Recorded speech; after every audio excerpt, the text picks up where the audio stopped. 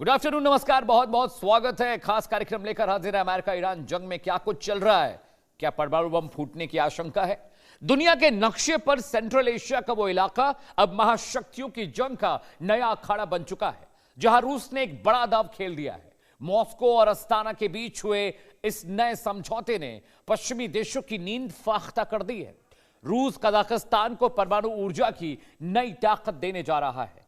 Kazakhstan का यह पहला परमाणु ऊर्जा संयंत्र होगा, जिसके जरिए रूस इस पूरे इलाके में अपना दबदबा और मजबूत करना चाहता है। पुतिन के इस कदम को सीधे तौर पर अमेरिका के प्रभाव को चुनौती देने के रूप में देखा भी जा रहा है। वहीं रूस के राष्ट्रपति व्लादिमीर पुतिन ने कजाकिस्तान में परमाणु संयंत्र लगाने के लिए अरबों डॉलर की डील क्या की। कजाकिस्तान के हौसले आसमान पर पहुंच गए।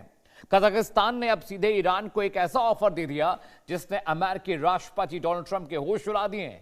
ईरान का वो खतरनाक, वो जानलेवा संबंधित यूरेनियम जो परमाणु बम बनाने के बेहद करीब है, उसे कजाकिस्तान अपने घर में रखने के लिए तैयार हो गया है। जिसके बाद सवाल उठ रहे हैं कि क्या पुतिन और ईरान मिलकर ट्रंप की घेरेबंदी कर रहे हैं, या फिर ट्रंप इस न्यूक्लियर डील को मटिया मेट कर देंगे सख्ती के जरिए। अगले आधे घंटे लगातार तो खास मेहमान जुड़ने वाले हैं दर्शकों, लेकिन पहले पूरा मामला क्या है आपको वो समझा देते हैं। बहुत क्रूशियल इंफॉर्मेशन लेकर हाजिर हैं हम, आपको बताने जा रहे हैं क्यों अब कजाकिस्तान रशिया एक मेजर प्लेयर मिडिल ईस्ट में बनने जा रहे हैं। जी हां, रूस और कजाकिस्तान की दोस्ती हुई है। ये दोस्ती क्यों हुई है, उसके पीछे की वजह देखिए। न्यूक्लियर डील डन हुई है दोनों के बीच। रूस की सरकारी कंपनी रोसाटॉम के साथ डील हुई है। रोसाटॉम न्यूक्लियर रिएक्टर बनाने वाली एक कंपनी है। जी हां, कजाकिस्तान का परमाणु ऊर्जा संयंत्र ये कंपनी बनाने जा रही है। रोसाटॉम को ये जिम्मेदारी दी गई है और रोसाटॉम कजाकिस्तान में जाकर न्यूक्लियर प्लांट बनाने का काम अब जल्द शुरू करने वाली है।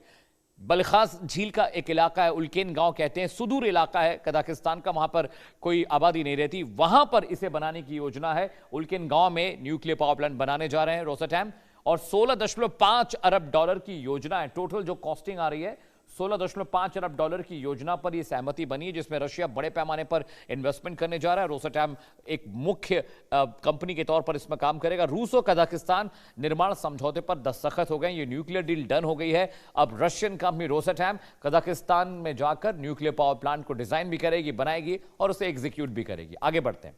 ईरान को यूरेनियम बैंक का ऑफर देने का मतलब मायने क्या है, इस प्रस्ताव के पीछे क्या छिपा है, आइए बताते हैं। आईएए ने बड़ा दावा किया है। इंटरनेशनल एटॉमिक जो एनर्जी एसोसिएशन है, उसने कहा, एजेंसी ने कहा है कि यह प्रस्ताव कजाकिस्तान को ईरान ने दिया है। कजाकिस्तान का ईरान को यूरेनियम बैंक का ऑफर है कि आपका जो 400 किलोग्राम एनरिच यूरेनियम जो 60% एनरिच्ड है, वो हम रखने के लिए तैयार हैं। जी हाँ, कजाकिस्तान ने ईरान को यह बड़ा प्रस्ताव दिया, जिसकी वजह से अमेरिका में अब खलबली मची हुई है। समझिए कि 450 किलोग्राम एनरिच्ड यूरेनियम रखने की पेशकश का मतलब है कि ईरान इसको करना चाहेगा, क्योंकि वो अपने यूरेनियम को सेफ रखना चाहता है। और यूरेनियम अगर ईरान में नहीं रहेगा तो उसका फायदा यह है कि यह जंग थोड़ा आसान, हल्की हो सकती है। जी हाँ, 450 किलोग्राम संबंधित यूरेनियम है, उसकी पेशकश रखने के लिए बात ईरान से कजाकिस्तान ने कही है, क्योंकि उनको अपना सिविल न्यूक्लियर प्रोग्राम अब ऑन करना है। तो क्या ऐसा होगा, क्या अमेरिका ऐसा होने देगा? कजाकिस्तान ही क्यों, यूरेनियम उत्पादक देशों की एक पूरी फहरिस्त लेकर आए। आपको बता दें कजाकिस्तान इतना इंपॉर्टेंट क्यों है मिडिल ईस्ट का ये राष्ट्र। समझिएगा, कजाकिस्तान दुनिया का सबसे बड़ा यूरेनियम उत्पादक देश है। सबसे बड़े पैमाने पर यूरेनियम यहां पर प्रोड्यूस किया जाता है। टोटल ग्लोबल प्रोडक्शन का 40%, समझिए वैश्विक उत्पादन का लगभग 40% हिस्सा कजाकिस्तान प्रोड्यूस करता है यूरेनियम का। पूरी दुनिया एक तरफ 40% प्रोडक्शन ऑफ यूरेनियम, एक तरफ कजाकिस्तान का। आईएए के सहयोग से लो एनरिच्ड यूरेनियम बैंक वहां पर मौजूद है। लो एनरिच्ड यूरेनियम यानी 15%, 20%, 25% जो एनरिच्ड यूरेनियम है, जो सिविल न्यूक्लियर प्रोग्राम में इस्तेमाल होता है, वो वहां पर पड़ा हुआ है। जी हां, इसके अलावा जो वैश्विक परमाणु सुरक्षा के लिए काम करता है, कजाकिस्तान ने ग्लोबल इंटरनेशनल जो एटॉमिक वेलफेयर है उसके लिए वो काम कर रहा है। वैश्विक परमाणु सुरक्षा के मायने मतलब ये है कि वो पूरी दुनिया भर में जो यूरेनियम प्रोड्यूस हो रहा है उसकी देखरेख, जो भी यूरेनियम प्रोड्यूस हो रहा है, जो खरीदना चाहते हैं उनको बेचता भी है, वो सिविल न्यूक्लियर प्रोग्राम के लिए उनका इस्तेमाल होता है, ताकि ईरान को ये ना लगे कि उसने आत्मसमर्पण कर दिया है। यानी उसका यूरेनियम कजाकिस्तान में सेफ रहेगा और अमेरिका की चिंता भी दूर हो जाएगी कि भाई उसके पास जब यूरेनियम है ही नहीं तो परमाणु बम कैसे बनाएगा। तो क्या अमेरिका इसको गो करेगा, क्या ग्रीन सिग्नल अमेरिका की तरफ से मिलेगी?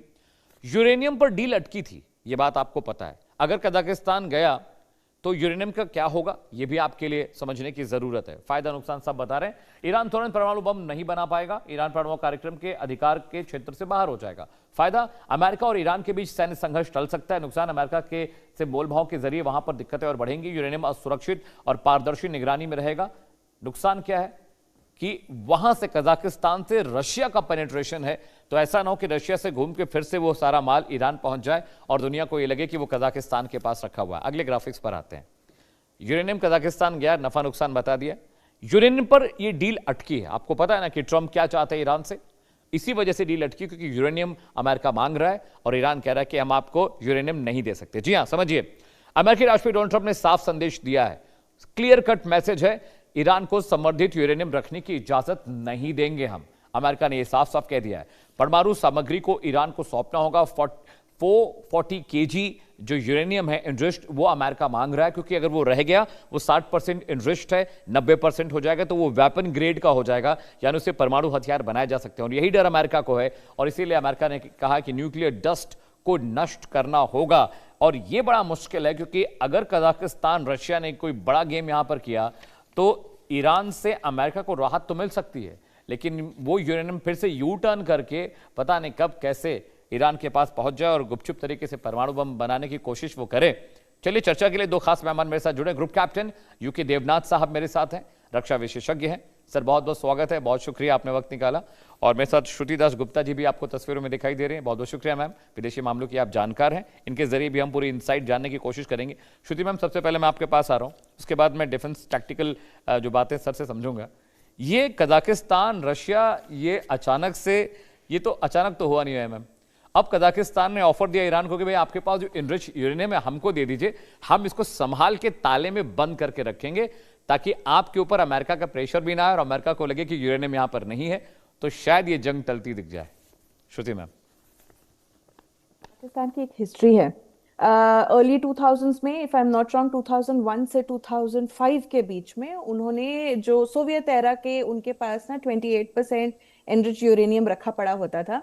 और जब यूएसए और सोवियत एरा तो खैर अब नहीं रही, तो जब सोवियत टूटा तो यूएसए के थ्रू जो उन्होंने जो नॉन न्यूक्लियर ट्रीटी वगैरह जो साइन करी, तो न्यूक्लियर थ्रेट इंटरनेशनल करके एक एनजीओ और यूएसए के थ्रू कजाकिस्तान के अंदर रखा हुआ ये 28%, 20% के अबव कुछ भी जो होता है उसको वेपन्स ग्रेड मानना शुरू कर देते हैं, और उसकी वजह से पैनिक बटन सब जगह दबते हैं। तो ये 28% वाले को डिस्ट्रॉय किया गया था। अब यूरेनियम को डिस्ट्रॉय तो कर नहीं सकते ना, ऐसा तो है नहीं कि उसको फोड़ के खत्म कर देंगे। तो उसको करा क्या जाता है, उसको डाउन ब्लेंड किया जाता है, मतलब अनएनरिच यूरेनियम के साथ उसको ब्लेंड किया जाता है या डिप्लीटेड यूरेनियम के साथ उसको ब्लेंड किया जाता है, और उसकी जो एनरिच्ड कैपेसिटी है उसको कम किया जाता है, एक्सेप्टेबल लिमिट्स में लाया जाता है, जिससे वो वेपन्स ग्रेड से कम हो जाए। तो इन्होंने ये काम ऑलरेडी किया हुआ था। तो जब वो ईरान को ये ऑफर दे रहे हैं कि हम आपका जो 400+ केजीज का जो आपका एनरिच्ड यूरेनियम है वो हम रख लेंगे, बेसिकली वो आई थिंक इसी की तरफ इशारा दे रहे हैं कि ये दूसरी जगह हो रहा होगा। This is obviously not the nuclear plant जिसमें हम रशिया की बात कर रहे हैं, ये दूसरी जगह हुआ था। तो वो जो है उसको डाउनग्रेड करके, उसको डाउन ब्लेंड करके, और क्योंकि वहाँ लो एनरिच यूरेनियम का आईएईए का भी बैंक है, तो वहां पे जमा भी किया जा सकता है, which will be acceptable I think both to USA, to Iran also, because Kazakhstan के साथ उनके रिलेशनशिप्स अच्छे ही हैं, and I think Russia China they will also feel more secure rather than कि ये सबके सब वापस यूएसए के पास चले जाए, जिसके बाद उसका क्या होगा, क्या प्रोजेक्ट किया जा रहा है, इसका कोई गारंटी इस वक्त नहीं कोई लेना चाहता है। और ईरान को के पास भी अगर वहां रखा जाए तो उनके पास डाउन ब्लेंडिंग की तो कैपेसिटी नहीं है, तो ऑन साइट पे तो ये नहीं हो सकता था, तो इसको मूव करना ही पड़ेगा। इसके बाद ट्रंप का जो स्टेटमेंट है कि वो न्यूक्लियर डस्ट है, इसको तो कोरैबोरेट खुद आरागची जी ने किया है, क्योंकि वो बोल चुके हैं कि वेयर इज द यूरेनियम, उन्होंने एक इंटरव्यू में बोला था वहीं पे उसी जगह पे नानतास फोर्तो वगैरह के अंदर ही पड़ा हुआ है, जब आपने उसको इम्पैक्ट किया तो वो उसी साइट में दब गया है। अब वो एक्चुअल डस्ट है, वो किस फॉर्म में है, वो इस वक्त किसी ने खोल के निकाल के नहीं देखा है, बट उसकी कोई अभी लीकेज की भी कोई रिपोर्ट तो आई नहीं है। पर उस साइट को ईरान ने भी, अगर आप देखें, जितनी हमने इमेजेस वगैरह की बात करी थी, उन्होंने भी कहा था कि उसके ऊपर हमने मिट्टी के ढेर बना के सीमेंटिंग करके उसको लॉक कर दिया गया था। ये तो हमने सैटेलाइट इमेजेस के थ्रू भी देखा गया है। तो अब इसके अंदर यही सवाल उठ रहा है कि वो अब रशिया ने कजाकिस्तान की तरफ जो हाथ बढ़ाया है, ये एक स्ट्रेटेजिक मूव मुझे लगता है, क्योंकि रशिया जो है वो पिवट टुवर्ड्स ईस्ट कर रहा है। वो सिर्फ यूरोप के ऊपर अपना डिपेंडेंस और या इंटरेक्शन नहीं रखना चाहता है, वो अपने एशिया के अंदर जो इंटरेक्शन है उसको और बुलंद करना चाह रहा है। और उसके अंदर कजाकिस्तान को ये जो $16.5 बिलियन का लोन जो दिया जा रहा है बनाने के लिए, ये एक बहुत बड़ा इंपॉर्टेंट स्टेप है, क्योंकि ये एटलीस्ट 60 to 80 ईयर्स के लिए एटलीस्ट कजाकिस्तान को रशिया के साथ जोड़ दिया जाएगा। क्यों 60 to 80 ईयर्स? क्योंकि लोन तो आ जाएगा, लेकिन उसके अंदर वो रोजाटम के साथ टेक्नोलॉजी भी ले रहे हैं। उसके बाद उसके स्पेयर पार्ट्स भी उनको वहीं से वो सोर्स करना पसंद करेंगे, क्योंकि वो कंपैटिबिलिटी इशू का इशू नहीं आएगा उसके अंदर। फिर जो यूरेनियम है उसका भी आदान प्रदान दोनों नेशंस में होता रहता है, ट्रेड चलती रहती है उनकी इसको लेके। तो ये एक्सपर्टीज वगैरह ये सब मिला के रशिया का एक फुटहोल्ड वापस कजाकिस्तान के अंदर हो जाएगा। इसको अगर आप कंजेंचर में देखें, अफगानिस्तान के साथ जो भी हुई हालवी डिफेंस डील के साथ देखेंगे, तो आपको समझ में आ जाएगा कि वो सेंट्रल एशिया और एशिया की तरफ आते हुए जो है रशिया अपना फुटस्टेप्स बढ़ा रहा है। और इंडिया के लिए भी ये अच्छा है, क्योंकि कजाकिस्तान चाइना की गोद में जाके बैठे उससे अच्छा तो रशिया की गोद में बैठे इंडिया के लिए वो भी एक स्ट्रेटेजिकली जियोपॉलिटिकली बहुत अच्छी पोजीशन है। तो कजाकिस्तान के अंदर फिलहाल यही चल रहा है। वो जो उन्होंने ऑफर दिया है वो एक उसका हिस्टोरिकल इम्प्लीकेशन है, हिस्ट्री है कजाकिस्तान की। और ये जो अब लोन आ रहा है रशिया की तरफ से, इसकी एक अलग जियोपॉलिटिकल इंपॉर्टेंस है। ऑलराइट मैम, देवनाथ सर के पास मैं जा रहा हूं। सर, अभी जो टैक्टिकल सिचुएशन देखिए, पता नहीं, मुझे ये शक लगता है कि अगर ईरान से वो यूरेनियम चला गया कजाकिस्तान और मुझे लगता है कि रशिया बीच में, तो ऐसा तो नहीं कि ईरान को दोबारा वो किसी चुपके से पहुंचा दे और अमेरिका को इस बात की भनक न लगे, अमेरिका खुश रहे कि भाई हमने तो डोमिनेट कर दिया ईरान को, उनके पास अब वेपन ग्रेड यूरेनियम भी नहीं है और सब शांति शांति हो जाए। अमित देखो, शांति की बात हम कर रहे हैं। कजाकिस्तान बहुत ही इम्पोर्टेंट है रशिया के लिए। अगर हम देखें, कजाकिस्तान जो है अमेरिका के लिए भी आस्ते आस्ते बहुत ज्यादा इम्पोर्टेंट बनता जा रहा है। राइट। कजाकिस्तान तो रूस का ही हिस्सा था 1992 तक, जब तक कि सोवियत रशिया यूएसएसआर टूटकर अलग अलग टुकड़ों में नहीं बट गया। अब रशिया जो है अपनी उस खोई हुई ग्लोरी को वापस पाना चाहता है। डेफिनेटली जहां तक रशिया की बात है, देखो, अगर रशिया को वापस तुर्कमेनिस्तान, उज्बेकिस्तान, ताजिकिस्तान, किर्गिस्तान, इन सब जगहों पे अपना इन्फ्लुएंस चाहिए, तो रास्ता तो कजाकिस्तान से ही हो जाता है। और इसी तरह से अमेरिका भी कोशिश कर रहा है कि सेंट्रल जो एशियन रिपब्लिक्स हैं उनको वो पहुंचे। अमेरिका ने बहुत कोशिश की कि अफगानिस्तान हाथ में रहे, निकल गया। नहीं तो अफगानिस्तान के रास्ते या अब पाकिस्तान के रास्ते अमेरिका कोशिश करेगा कि आस्ते आस्ते तुर्कमेनिस्तान है, उज्बेकिस्तान, ताजिकिस्तान, किर्गिस्तान, इन सब देशों में पहुंचे। देखो, कजाकिस्तान में यूरेनियम तो बड़ी मात्रा में मिलता है। इसके अलावा कजाकिस्तान सेंट्रल एशियन रिपब्लिक्स में सबसे विशाल विहंगम है।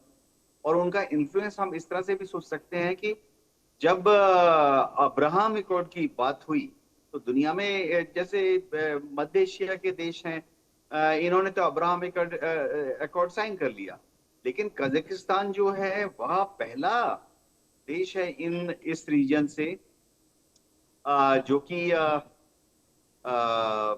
अब्राहम एकॉर्ड साइन कर चुका है।